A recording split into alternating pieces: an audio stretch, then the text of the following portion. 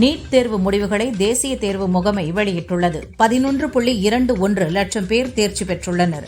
பஞ்சாபின் ஆரியன் குப்தா, ஹரியானாவின் பன்ஷூல் 720க்கு 715 மதிப்பெண் பெற்று முதலிடம் பிடித்தனர். லஞ்சம் குறித்து புகார் தெரிவிக்க அரசு அறிவித்துள்ள வாட்ஸ்அப் எண்ணிற்கு வரும் தகவல்கள் குறித்து விசாரிக்க லஞ்ச ஒழிப்புத்துறையில் தனிப்பிரிவு ஏற்படுத்தப்பட்டுள்ளது. சிறை காவலில் மரணமடைந்த சபரிவர்மனின் குடும்பத்திற்கு அமைச்சர்கள் ராஜேஷ்குமார், ஸ்ரீநாத் நேரில் ஆறுதல் கூறினர். சபரியின் மனைவிக்கு தற்காலிக அரசு பணி, 10 லட்சம் ரூபாய் நிவாரணம் உள்ளிட்ட சலுகைகளை வழங்க வந்தும் அவர் அதை ஏற்றுக்கொள்ளவில்லை. இந்தியாவின் முதல் ஹைட்ரஜனில் இயங்கும் ரயிலை ஹரியானாவில் பிரதமர் மோடி நாளை கொடியசைத்து தொடங்கி வைக்கிறார். இது இந்திய ரயில்வேயை கார்பன் உமிழ்வற்ற பசுமை போக்குவரத்தை நோக்கி நகர்த்துவதில் ஒரு வரலாற்று மைல்கல்லாக அமைகிறது என பிரதமர் மோடி பெருமிதம் தெரிவித்துள்ளார். ஆகஸ்ட் 1 முதல் 30ஆம் தேதி வரை தமிழகத்தில் மக்கள் தொகை கணக்கெடுப்பு நடைபெறுகிறது. ஜூலை 17 முதல் ஜூலை 30 வரை https:/se.census.gov.in என்ற இணையதளத்திலும் மக்கள் சுய விவரங்களை பதிவு செய்யலாம். ஊழல் குற்றச்சாட்டில் சிக்கி துறை ரீதியிலான விசாரணையை எதிர்கொண்டுள்ள பதிவுத்துறை டிஐஜிக்கு பதவி உயர்வு வழங்க மறுத்தது சரியே என தெரிவித்த சென்னை ஹைகோர்ட், கரைபடியாத அதிகாரிகளுக்கு மட்டுமே பதவி உயர்வு வழங்கப்பட வேண்டும் என்றும் கூறியுள்ளது. பழனி கோயில் நிலத்தை முறைகேடாக பத்திரப்பதிவு செய்த விவகாரத்தில் முறைகேடு குற்றச்சாட்டுகளை முழுமையாக ஆய்வு செய்து உண்மை நிலையை அறிய கூடுதல் பதிவுத் தலைவர், உதவி பதிவுத் தலைவர், மாவட்ட பதிவாளர் அடங்கிய விசாரணைக் குழு அமைத்து உத்தரவிடப்பட்டுள்ளது. முதல்வர் விஜய் தலைமையில் அமைச்சரவை கூட்டம் நடைபெற்றது. கூட்டத்தில் அமைச்சர்களுக்கு முதல்வர் பல்வேறு உத்தரவுகளை வழங்கினார். பொது பட்ஜெட், வேளாண் பட்ஜெட் மற்றும் புதிய தொழிற்சாலைகளுக்கு அனுமதி வழங்குவது குறித்து விவாதிக்கப்பட்டது. ஊழல் புகாரில் சிக்கினால் உடனடியாக அமைச்சர் பதவி பறிக்கப்படும்.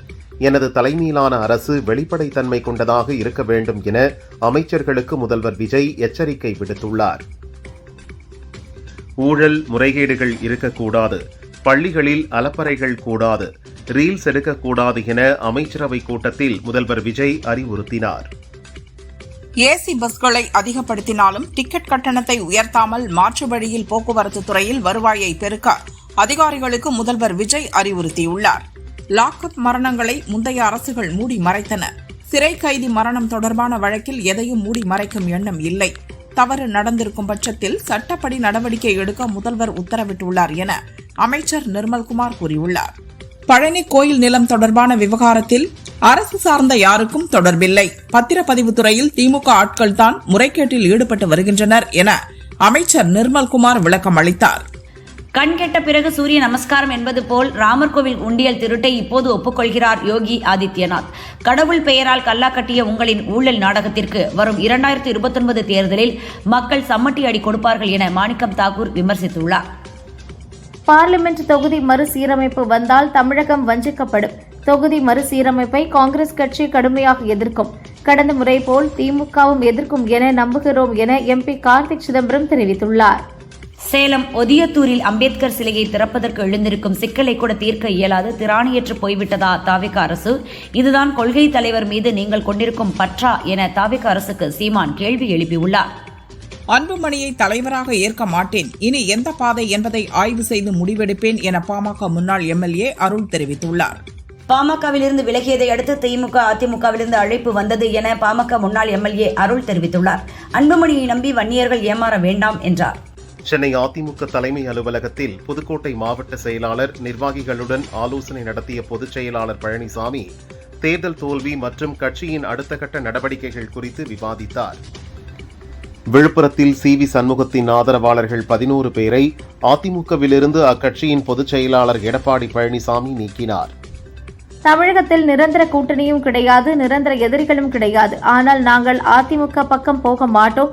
தனித்து நின்று வெல்லக்கூடிய அளவுக்கு சக்தி வாய்ந்த இயக்கமாக திமுகவை மாற்றி காட்டுவோம் என முன்னாள் அமைச்சர் ரகுபதி கூறினார். அதிமுகவினர் தூக்கத்தில் இருந்து எழ வேண்டும். தேர்தலில் தாவேக ஜெயித்ததற்கே எடப்பாடி பழனிசாமி தான் காரணம் என முன்னாள் அமைச்சர் சிவசங்கர் விமர்சித்துள்ளார்.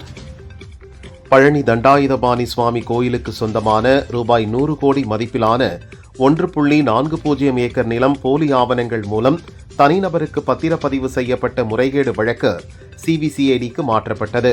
இதைத் தொடர்ந்து வழக்கின் அனைத்து ஆவணங்களும் சிபிசிஐடி அதிகாரிகளிடம் முறைப்படி ஒப்படைக்கப்பட்டுள்ளன. தொகுதி மறுவரையறை மசோதா விவகாரத்தில் மத்திய அரசின் முன்மொழிவுகள் குறித்து விவாதிக்க வேண்டியது அவசியம். எனவே இவ்விவகாரம் குறித்து விவாதிக்க அனைத்துக் கட்சி கூட்டத்தை கூட்ட வேண்டும் என வலியுறுத்தி பிரதமர் மோடிக்கு காங்கிரஸ் தலைவர் மல்லிகார்ஜுன கார்கே கடிதம் எழுதியுள்ளார். இந்தியா ஐரோப்பிய ஒன்றியம் இடையே தடையற்ற வர்த்தக ஒப்பந்தம் இந்த ஆண்டே கையெழுத்தாகிறது. இதனால் வர்த்தகம், முதலீடு, தொழில்நுட்ப ஒத்துழைப்பு மேலும் வலுப்படும். இது இருதரப்புக்கும் வெற்றி தரும் ஒப்பந்தம் என மத்திய அமைச்சர் பியூஷ் கோயல் தெரிவித்துள்ளார். எனக்கு மாரடைப்பு வர வேண்டும் என பாரதிய ஜனதா ஆசைப்படுகிறது. பாரதிய ஜனதா அரசியல் முடிவை பார்க்கும் வரை உயிரோடுதான் இருப்பேன் என மம்தா பானர்ஜி தெரிவித்தார். ஒடிசா மாநிலம் பூரி ஜெகநாதர் கோயில் ரத தேரோட்டத்தில் ஏற்பட்ட கூட்ட நெரிசல் மற்றும் மூச்சு திணறல் காரணமாக 100க்கும் மேற்பட்ட பக்தர்கள் காயமடைந்துள்ளனர். கூடங்குளம் அணுமின் நிலையம் தொடர்பான முக்கிய ஆவணங்கள் கசிந்ததாக வெளியான தகவலுக்கு தேசிய அணுசக்தி ஆணையம் மறுப்பு தெரிவித்துள்ளது. அணுசக்தி ரகசியங்கள் தொடர்பான ஆவணங்கள் பத்திரமாக பாதுகாக்கப்பட்டு வருவதாக விளக்கம் அளித்துள்ளது. ஹார்முஸ் ஜலசந்தி வழியாக செல்லும் கப்பல்களில் இந்திய மாலுமிகளை பணியமர்த்துவதை உடனடியாக நிறுத்துமாறு கப்பல் உரிமையாளர்கள், மேலாளர்கள் மற்றும் ஆட்சேர்ப்பு முகமைகளுக்கு மத்திய அரசு உத்தரவிட்டுள்ளது. தமிழகத்தில் மதுரை, விருதுநகர், திண்டுக்கல், கரூர், ஈரோடு, ராணிப்பேட்டை, வேலூர், திருப்பத்தூர், தருமபுரி, கிருஷ்ணகிரி, சேலம், நாமக்கல், தூத்துக்குடி, நெல்லை, தென்காசி மாவட்டங்களில் நாளை வெப்ப அலை வீசக்கூடும் என வானிலை ஆய்வு மையம் தெரிவித்துள்ளது. ஜூலை 19 வரை மேற்கு தொடர்ச்சி மலை மாவட்டங்களில் ஓரிரு இடங்களில் மிதமான மழை பெய்ய வாய்ப்புள்ளது என வானிலை ஆய்வு மையம் தெரிவித்துள்ளது. சென்னையில் அதிகபட்ச வெப்பநிலை 38 முதல் 39 டிகிரி செல்சியஸ் வரை இருக்கும் என எச்சரித்துள்ளது. மத்திய கிழக்கு ஆப்பிரிக்க நாடான காங்கோவில் எபோலா வைரஸ் பரவலால் இதுவரை 754 பேர் இறந்துள்ளனர். 2100 பேருக்கு எபோலா வைரஸ் தொற்று உறுதி செய்யப்பட்டுள்ள நிலையில் தீவிர சிகிச்சை அளிக்கப்பட்டு வருகிறது. தாவிக அரசின் காவல்துறையினர் பத்திரிகையாளர் விஜயனை விசாரணை என்ற பெயரில் அழைத்து அலைக்கழித்த செயலுக்கு திமுக எம்பி கனிமொழி, நாதக தலைமை ஒருங்கிணைப்பாளர் சீமான் ஆகியோர் கடும் கண்டனம் தெரிவித்துள்ளனர். பத்திரிகை சுதந்திரத்தை நசுக்கும் நடவடிக்கை என சென்னை பத்திரிகையாளர் மன்றமும் கண்டனம் தெரிவித்துள்ளது. தமிழகத்தில் ஆரோக்கியமான வாழ்க்கை முறையை மேம்படுத்துவதை நோக்கமாக கொண்ட பல புதிய திட்டங்கள் மற்றும் அறிவிப்புகள் வரவிருக்கும் பட்ஜெட்டில் இடம்பெறும் என அமைச்சர் அருண்ராஜ் தெரிவித்துள்ளார். கடந்த ஆட்சியில் கொண்டு வந்த திட்டங்களை அரசியல் காரணத்திற்காக நிறுத்த மாட்டோம் என்றார். சாதிவாரி கணக்கெடுப்பை அதிகாரம் இருந்தும் 5 முதல்வர்கள் மனமில்லாமல் செய்யவில்லை. முதல்வர் விஜய் ஆட்சிக்கு வந்த 1 மாதத்தில் தைரியமாக இந்த அறிவிப்பை வெளியிட்டிருக்கிறார் என பாமக தலைவர் அன்புமணி பாராட்டினார். மத்திய கல்வி அமைச்சர் தர்மேந்திர பிரதானை ராஜினாமா செய்யக்கோரி கரப்பான்பூச்சி ஜனதா கட்சி சார்பில் டில்லி ஜந்தர் மந்தரில் நடக்கும் போராட்டத்தில் உண்ணாவிரதம் இருக்கும் சுற்றுச்சூழல் ஆர்வலர் சோனம் வாங்சுங்கை திமுக எம்பி ஆர் ராசா நேரில் சந்தித்து ஆதரவு தெரிவித்தார். டேபிளுக்கு கீழே தவழ்ந்து போய் நாற்காலியை பிடித்தவர்கள் எல்லாம் நம் ஆட்சியை பார்த்து பழிப்பது கண்டு கொடநாடு எஸ்டேட் மரங்களும் மண்ணும் அங்கு நடந்த மர்மங்களும் கூட பல்லை காட்டி சிரிக்கின்றன என எடப்பாடி பழனிசாமி குறித்து தாவேகா ஐடி விங் விமர்சனம் செய்துள்ளது. டிஎன்பிஎஸ்சி குரூப் 1 முதல்நிலை தேர்வு செப்டம்பர் 6ஆம் தேதியிலிருந்து செப்டம்பர் 27ஆம் தேதிக்கு மாற்றப்பட்டு புதிய அதிகாரப்பூர்வ அறிவிப்பு வெளியாகியுள்ளது. தென்காசி மாவட்டம் குற்றாலத்தில் ஆண்டுதோறும் நடைபெறும் புகழ்பெற்ற சாரல் திருவிழா சுற்றுலா பயணிகளை மகிழ்விக்கும் வகையில் ஜூலை 31ஆம் தேதி கோலாகலமாக தொடங்குகிறது. சென்னை மெட்ரோ ரயில் 2ஆம் கட்ட திட்டத்தின் வழித்தடம் 3இல் OMR சாலையில் அஸ்திவார தூண்கள் மற்றும் யூ கிர்டர் அமைக்கும் பணிகள் 100% நிறைவடைந்துள்ளன. தென்காசி மாவட்டம் புளியங்குடி மற்றும் வாசுதேவநல்லூர் பகுதிகளை ஒட்டியுள்ள மேற்கு தொடர்ச்சி மலைப்பகுதியில் காட்டுத்தீ பரவி வருகிறது. தீயை அணைக்கும் பணியில் வனத்துறையினர் தீவிரமாக ஈடுபட்டுள்ளனர். கன்னியாகுமரியில் அனுமதியின்றி கட்டப்பட்ட சர்ச்சை இடிக்க உத்தரவிட்ட நீதிமன்ற தீர்ப்பை அமல்படுத்த கோரி போராட்டம் நடத்திய இந்து முன்னணி மாநில தலைவர் மற்றும் நிர்வாகிகள் மீது வழக்கு பதிவு செய்யப்பட்டுள்ளது. இதை கண்டித்து இந்து முன்னணி தமிழகம் முழுவதும் போராட்டம் நடத்தவுள்ளதாக அறிவித்துள்ளது. திருவள்ளூரில் பல்வேறு சோதனைகளில் பறிமுதல் செய்யப்பட்ட 1364 கிலோ குட்கா புகையிலை பொருட்களை ஊத்துக்கோட்டை நீதிமன்ற உத்தரவின் பேரில் பெண்ணலூர் பேட்டை ஊராட்சி குப்பை கிடங்கில் கொட்டி போலீசார் தீயிட்டு அழித்தனர்.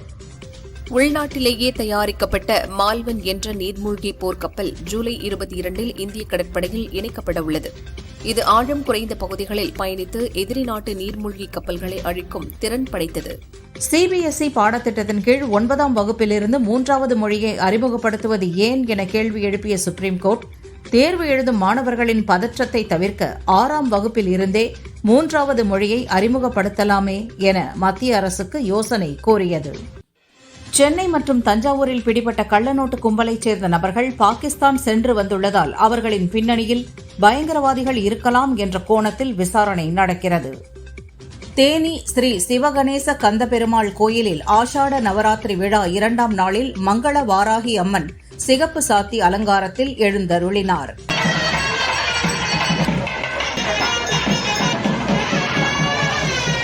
இங்கிலாந்துக்கு எதிரான 2வது ஒருநாள் கிரிக்கெட் போட்டியில் இந்திய அணி 44 ஓவர்களில் அனைத்து விக்கெட்டுகளையும் இழந்து 233 ரன்களுக்கு ஆட்டமிழந்தது. ஸ்ரேயஸ் ஐயர் மற்றும் விராட் கோலி ஆகியோர் அதிகபட்சமாக அரை சதம் அடித்தனர். தேனி பெரியகுளம் காமாரியம்மன் கோயில் ஆனி திருவிழாவில் 5 மணி நேரம் வெறுங்கையில் அக்னிச்சட்டி ஏந்தி இளைஞர்கள் நேர்த்திக்கடன் செலுத்தினர்.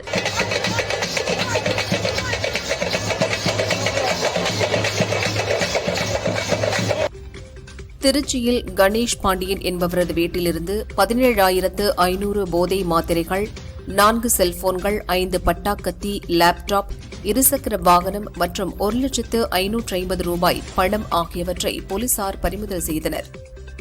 கடந்த 1969இல் நிலவில் இறங்கிய அப்பல்லோ 11 விண்கலத்தில் உடைந்த சுவிட்சை சரிசெய்து நீல் ஆம்ஸ்ட்ராங், பஸ் ஆல்ட்ரின் ஆகிய இருவரையும் மீண்டும் பூமிக்கு திரும்ப உதவிய வரலாற்று சிறப்புமிக்க பில் டிப்மெய்னா சர்வதேச ஏல நிறுவனமான சோத்பீஸில் ரூபாய் 84 லட்சத்திற்கு ஏலம் போனது. முதல்வர் விஜய் நடித்த ஜனநாயகன் படம் ஜூலை 23இல் ரிலீஸ் ஆகிறது. இந்தியா தவிர 30க்கும் அதிகமான நாடுகளிலும் உலகம் முழுக்க 8000 அரங்குகளில் வெளியாகிறது என தயாரிப்பாளர் வெங்கட் நாராயணா தெரிவித்துள்ளார். முதல்வர் விஜய் தனது ரசிகர்களை மகிழ்விக்க மட்டுமே மேடை பேச்சு பேசி வருகிறாரே தவிர பொதுமக்களுக்காக எதுவும் பேசுவதாக தெரியவில்லை என முன்னாள் அமைச்சர் சிவசங்கர் தெரிவித்தார். தமிழக விவசாயிகளுக்கு பயனளிக்கும் நடந்தாய் வாழி காவிரி திட்டத்தை நிறைவேற்ற வேண்டும் என பழனிசாமி வலியுறுத்தியுள்ளார். காவிரி ஆறு மற்றும் அதன் துணை ஆறுகளை புத்துயிர் பெறச் செய்யும் திட்டத்தை 2019இல் முன்னெடுத்தோம் என்றார். கன்னியாகுமரியில் சபரிவர்மன் உயிரிழந்த வழக்கின் ஈரம் காய்வதற்குள் சென்னை புழல் சிறையில் கைதி பாலாஜி உயிரிழந்த சம்பவம் அதிர்ச்சி ஏற்படுத்தியுள்ளது.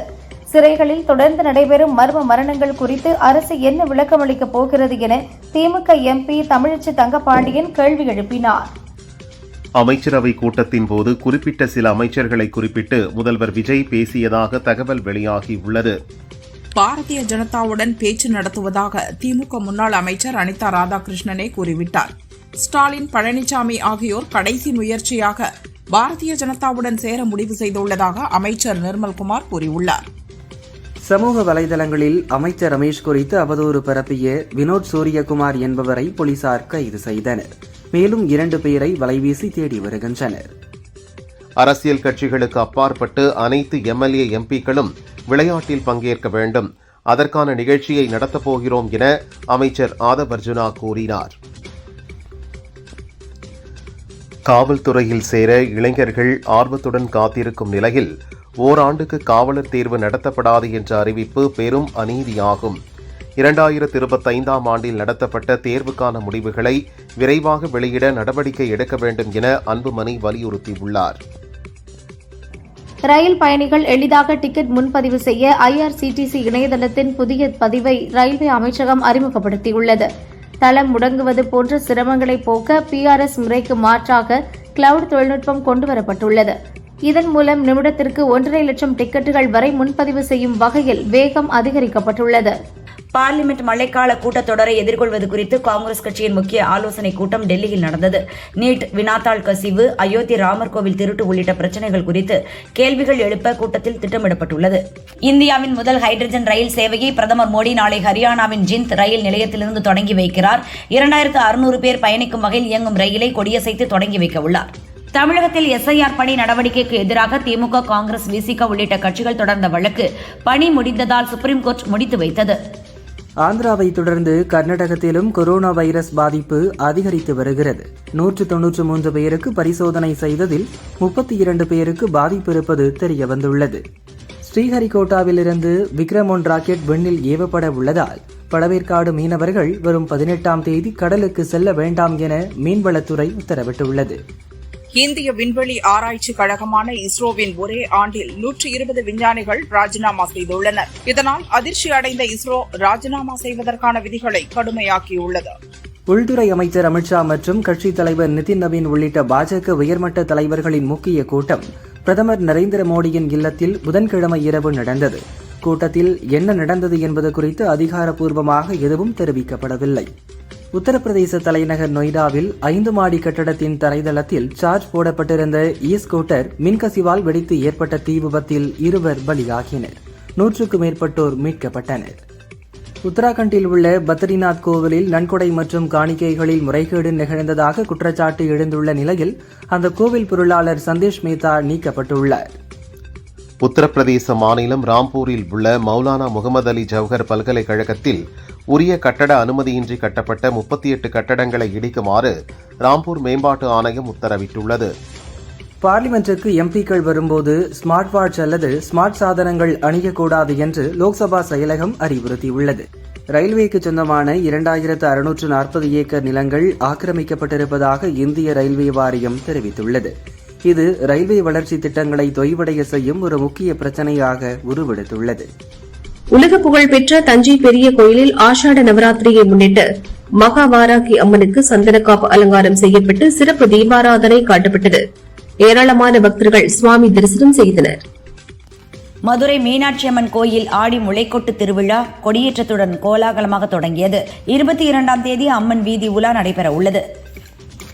சபரிமலை ஐயப்பன் கோவிலில் கர்க்கடக மாத பிறப்பை முன்னிட்டு இன்று மாலை 5 மணியளவில் நடை திறக்கப்படுகிறது. சமூக வலைதள பதிவுகளுக்கு குற்ற வழக்கு தொடர்வதை தவிர்த்து அவதூறு வழக்கு மட்டுமே பதிவு செய்ய வேண்டும் என அமைச்சர் ரமேஷ் குறித்து அவதூறு பரப்பிய விவகாரத்தை சுட்டிக்காட்டி சென்னை ஹைகோர்ட் காவல்துறைக்கு உத்தரவிட்டுள்ளது. திருநெல்வேலி ஜங்ஷன் மணிமூர்த்தீஸ்வரம் பகுதியில் தாமிரபரணி ஆற்றங்கரையில் உள்ள பழமையான உச்சிஷ்ட விநாயகர் கோவில் அருகே ஆற்றுக்குள் சுமார் 2 அடி உயரமுள்ள தொன்மையான கற்சிற்பம் ஒன்று மண்ணில் புதைந்த நிலையில் கண்டுபிடிக்கப்பட்டுள்ளது. திருநெல்வேலியில் கிரிப்டோ கரன்சி முதலீடு செய்தால் 45 நிமிடத்தில் லட்சாதிபதியாகலாம் என ஆசை வார்த்தை கூறி இளம் பெண்ணிடம் 10,57,500 ரூபாய் மோசடி செய்த வழக்கில் அசாம் மாநிலத்தைச் சேர்ந்த வாலிபரை சைபர் கிரைம் போலீசார் கைது செய்தனர். சத்தியமங்கலம் புலிகள் காப்பகம் பகுதிகளான ஆசனூர், தலமலை, கேர்மாளம், தாளவாடி ஆகிய பகுதிகளில் அனுமதியின்றி செயல்பட்டு வந்த 21 தங்கும் விடுதிகளுக்கு சீல் வைக்கப்பட்டது.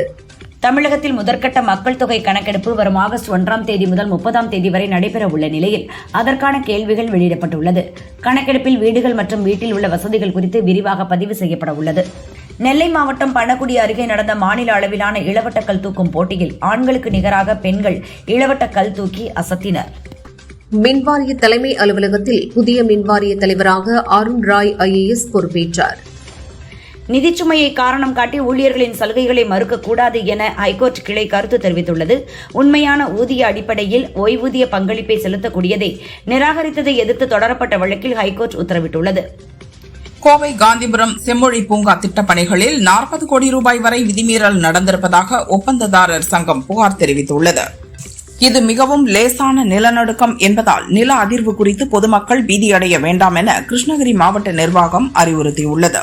பௌர்ணமி கிரிவலத்தை முன்னிட்டு ஜூலை 29இல் விழுப்புரம் திருவண்ணாமலை இடையே சிறப்பு ரயில் அறிவிக்கப்பட்டுள்ளது. ஆந்திர கடல் எல்லையில் மீன்பிடிக்க தமிழக மீனவர்களை அனுமதிக்க வேண்டும் என ஆந்திர அரசிடம் தமிழக அரசு கோரிக்கை விடுத்துள்ளது. ஆந்திர கடலோர பகுதியில் 12 மைல் கடல் தொலைவுக்கு தமிழக மீனவர்கள் மீன்பிடிக்க அம்மாநில அரசு தடை விதித்தது குறிப்பிடத்தக்கது. வேளாண் பட்ஜெட் குறித்து அமைச்சர் வினோத் மற்றும் துறை சார்ந்த அதிகாரிகளுடன் முதல்வர் விஜய் ஆலோசனை நடத்தினார். எல்னினோ பாதிப்பை தடுப்பது குறித்தும் ஆலோசனை நடத்தினார். தேர்தல் வெற்றியை எதிர்த்து தொடரப்பட்ட வழக்கில் அமைச்சர் ஆனந்த் உள்ளிட்டோருக்கு சென்னை ஹைகோர்ட் நோட்டீஸ் அனுப்பியுள்ளது. தேர்தல் ஆணையம் 5 வாரங்களில் பதிலளிக்கவும் உத்தரவிட்டுள்ளது. நாகர்கோவில் சிறையில் விசாரணை கைதி சபரிவர்மன் உயிரிழந்த விவகாரத்தில் சபரிவர்மனை கைது செய்த SI பிரைட் பிளஸிங் ஆயுதப்படைக்கு மாற்றப்பட்டுள்ளார். கடந்த 2025இல் முறையான ஆவணங்களின்றி தங்கியிருந்ததாக கைது செய்யப்பட்ட பங்களாதேஷைச் சேர்ந்த 11 பேருக்கு தலா 2 ஆண்டுகள் சிறை மற்றும் 10,000 ரூபாய் அபராதம் விதித்து திருப்பூர் நீதிமன்றம் தீர்ப்பளித்துள்ளது. அதிமுக முன்னாள் அமைச்சர்கள் பதவி விலகலை ஏற்ற உத்தரவை ரத்து செய்ய கோரிய வழக்கில் C. விஜயபாஸ்கர், MR. விஜயபாஸ்கர், சட்டசபை செயலர் உள்ளிட்டோர் பதிலளிக்க சென்னை ஹைகோர்ட் உத்தரவிட்டுள்ளது. சென்னை திருவான்மியூர் உத்தண்டி இடையே 4 வழித்தட உயர்நிலை சாலை அமைக்கப்படும் திட்டத்தை ரத்து செய்ய தமிழ்நாடு அமைச்சரவை கூட்டத்தில் முடிவு செய்யப்பட்டுள்ளதாக தகவல் வெளியாகியுள்ளது. தமிழகம் மட்டும் நவோதயா பள்ளிகளை திறக்க புறக்கணிப்பது ஏன் என்று கேள்வி எழுப்பிய சுப்ரீம் கோர்ட் இது குறித்து 3 வாரத்திற்குள் முடிவெடுக்க வேண்டும் என தமிழக அரசுக்கு உத்தரவிட்டுள்ளது. தமிழகத்தில் கலரப்பலம் விற்க தடை விதித்து உணவு பாதுகாப்புத்துறை உத்தரவிட்டுள்ளது. செயற்கை நிறமூட்டிகளை பயன்படுத்தி தயாரிக்கும் கலர் அப்பளம் உயிருக்கு ஆபத்தானது என தெரிவித்துள்ளது. சென்னையில் உள்ள மாநில கல்லூரியில் தரமற்ற உணவு வழங்கப்படுவதாக புகார் தெரிவித்த மாணவர்கள் ஆர்ப்பாட்டத்தில் ஈடுபட்டனர். ஊத்தங்கரை தாவிக எம்எல்ஏவிடம் குதிரை பேரம் நடத்தியதாக பதியப்பட்ட வழக்கை சிபிஐ விசாரணைக்கு உத்தரவிடக் கோரிய மனு மீதான தீர்ப்பை சென்னை ஹைகோர்ட் ஒத்திவைத்துள்ளது. கடலூர் பள்ளி புதுப்பட்டு கிராமத்தில் இருந்து கடலூர் பேருந்து நிலையம் நோக்கி சென்ற பஸ் நடுவழியில் திடீரென பழுதாகி நின்றது. இதனால் பள்ளி கல்லூரி மாணவர்கள் மற்றும் பயணிகள் அவதியடைந்தனர். சென்னை நேரு உள்விளையாட்டு அரங்கில் அகில இந்திய சீனியர் ரேங்கிங் பேட்மிண்டன் போட்டியின் தொடக்க விழாவில் அமைச்சர் ஆதவ் அர்ஜுனாவுடன் இணைந்து பாமக தலைவர் அன்புமணி பேட்மிண்டன் விளையாடினார். நாமக்கல் புதுச்சத்திரம் பகுதியில் தமிழ்நாடு விவசாயிகள் பாதுகாப்பு சங்கம் சார்பில் கண்டன ஆர்ப்பாட்டம் மற்றும் கவன ஈர்ப்பு பேரணி நடைபெற்றது. ஆர்ப்பாட்டத்தில் பங்கேற்ற சங்க தலைவர் முருகசாமி வாக்குறுதி அளித்தபடி பயிர்க்கடனை முழுமையாக ரத்து செய்ய வேண்டும் என கோரிக்கை விடுத்தார். முந்தைய விளையாட்டு அமைச்சர்களை விட ஆதவ் முற்றிலும் மாறுபட்டவர், வித்தியாசமான அணுகுமுறை கொண்டவர் என சென்னையில் நடைபெற்ற பேட்மிண்டன் போட்டியை தொடங்கி வைத்த அன்புமணி பாராட்டி பேசினார்.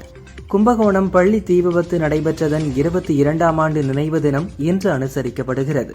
இதனைத் தொடர்ந்து உயிரிழந்த குழந்தைகளின் உருவப்படத்திற்கு பெற்றோர்கள், உறவினர்கள் மலர்தூவி மரியாதை செலுத்தினர். சென்னை அம்பத்தூரில் சிறுமிகளுக்கு பாலியல் தொந்தரவு அளித்த வழக்கில் போக்சோவில் கைதான ராஜா என்பவர் தப்பினார். தப்பி ஓடிய கைதியை போலீசார் தேடுகின்றனர்.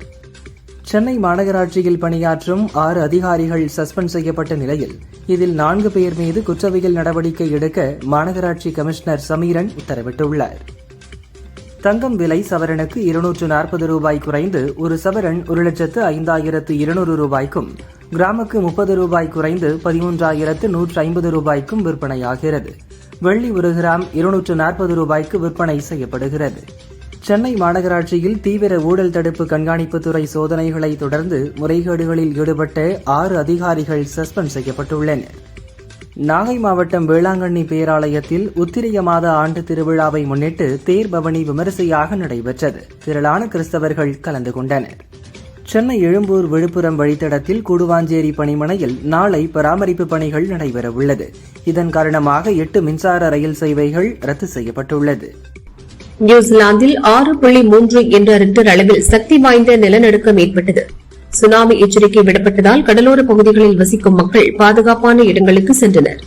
முதல்வர் விஜய் நடித்த ஜனநாயகன் திரைப்படம் வரும் 23ஆம் தேதி ரிலீஸாக உள்ள நிலையில் அண்டை மாநிலங்களில் விறுவிறுப்பாக டிக்கெட் முன்பதிவு தொடங்கியுள்ளது. தமிழகத்தில் நாளை அல்லது நாளை மறுநாள் துவங்கலாம் என கூறப்படுகிறது. தமிழ் தெலுங்கில் நடிகை கயானா லோகருக்கு அடுத்தடுத்து பட வாய்ப்புகள் வருகின்றன. ஆதிக் ரவிச்சந்திரன் இயக்கத்தில் விரைவில் துவங்கவுள்ள அஜித்தின் 64வது படத்தில் இவர் முக்கிய வேடத்தில் இணைகிறார். முன்னணி நடிகர்களுடன் நடித்தால் அதற்கான வரவேற்பு அதிகம் இருக்கும் என்பதால் அடுத்தடுத்து சூர்யா, அஜித் ஆகியோரின் படங்களில் கமிட் ஆகிறார். இதனால் அவரது சம்பளமும் கணிசமாக உயர்ந்து வருகிறது. ஆந்திர துணை முதல்வரும் நடிகருமான பவன் கல்யாணுக்கு சில தினங்களுக்கு முன் மும்பையில் தோள்பட்டையில் அறுவை சிகிச்சை நடந்தது. 2 தோள்களிலும் சிக்கல் இருப்பதால் முதலில் வலது தோளில் அறுவை சிகிச்சை நடந்துள்ளது. ஆந்திர முதல்வர் சந்திரபாபு நாயுடு, மகாராஷ்டிர முதல்வர் தேவேந்திர பட்னவிஸ் ஆகியோர் பவன் கல்யாணை சந்தித்து நலம் விசாரித்தனர். இப்போது பவன் வீடு திரும்பியுள்ளார். சில மாதங்கள் ஓய்வெடுக்க மருத்துவர்கள் அறிவுறுத்தியுள்ளனர். ஹிந்தி நடிகர் அமீர்கான் சமீபத்தில் கௌரி ஸ்பிராட் என்பவரை 3வது திருமணம் செய்தார். அமீர் மணந்த 3 பெண்களுமே இந்துக்கள். லவ் ஜிகாத்தை ஊக்குவிக்கிறார் என பாரதிய ஜனதா சிவசேனா கட்சியைச் சேர்ந்தவர்கள் எதிர்ப்பு தெரிவித்தனர். அமீர் கூறுகையில், எனது மனைவிகள் ரீனா, கிரண் மற்றும் தற்போதைய மனைவி கௌரி என யாரும் மதம் மாறவில்லை. நாங்கள் பதிவு திருமணம் செய்தோம். என் மனைவி கௌரி இந்து அல்ல, கிறிஸ்துவர். என் சகோதரிகள் மகள் இந்துவையே திருமணம் செய்தனர். அனைத்து மதங்களையும் எனது குடும்பம் உள்ளடக்கியது. லவ் ஜிகாத் என்பது நகைப்புக்குரியது என்றார். அனு ராகவபுடி இயக்கத்தில் பிரபாஸ் நடிப்பில் உருவாகி வரும் படம் பௌசி 1940களில் சுதந்திர போராட்ட பின்னணியில் காதல் படமாக உருவாகிறது. இம்மான்வி நாயகியாக நடிக்கிறார். இந்த படம் வரும் டிசம்பர் 3ஆம் தேதி வெளியாவதாக அறிவித்துள்ளனர். தமிழ், தெலுங்கு, ஹிந்தி என பான் இந்தியா படமாக வெளியாகிறது. மலையாள நடிகையான அன்னராஜன் தமிழில் ரஜினியின் ஜெயிலர் 2வில் அறிமுகமாகிறார். இவரது போட்டோவை மார்பிங் செய்து வெளியிட்டுள்ளனர். அது பற்றி இதை ஏற்க முடியாது, அசிங்கமானது, எனது தனிப்பட்ட சுதந்திரம், கண்ணியத்திற்கு விடுக்கப்பட்ட தாக்குதல், இதுபோன்ற செயல்களை யாரும் ஆதரிக்க வேண்டாம் என கண்டித்து இருப்பவர் இது பற்றி நடவடிக்கை கோரி கேரள சைபர் கிரைம் போலீசில் புகாரும் அளித்துள்ளார். முதல்வர் விஜயின் ஜனநாயகன் படம் ஜூலை 23 ரிலீஸ் ஆகிறது. இதனால் அந்த வாரம் வெளியாக இருந்த GV பிரகாஷின் இம்மார்டல் படம் செப்டம்பர் 4ஆம் தேதிக்கு தள்ளி வைக்கப்பட்டுள்ளது. அதேபோல் நாளை வெளியாக இருந்த 6 படங்களில் அர்ஜுனன் பேர் 10 மற்றும் டாக் ஹெவன் ஆகிய படங்களும் ரிலீஸை தள்ளி வைத்துள்ளனர். இயக்குனர் லோகேஷ் கனகராஜ் நாயகனாக நடித்துள்ள DC படம் ரிலீஸ் ஜூலை 31 ஆகஸ்ட் 7க்கு தள்ளி போனது. தணிக்கையில் இந்த படம் A சான்றிதழ் பெற்றுள்ளது.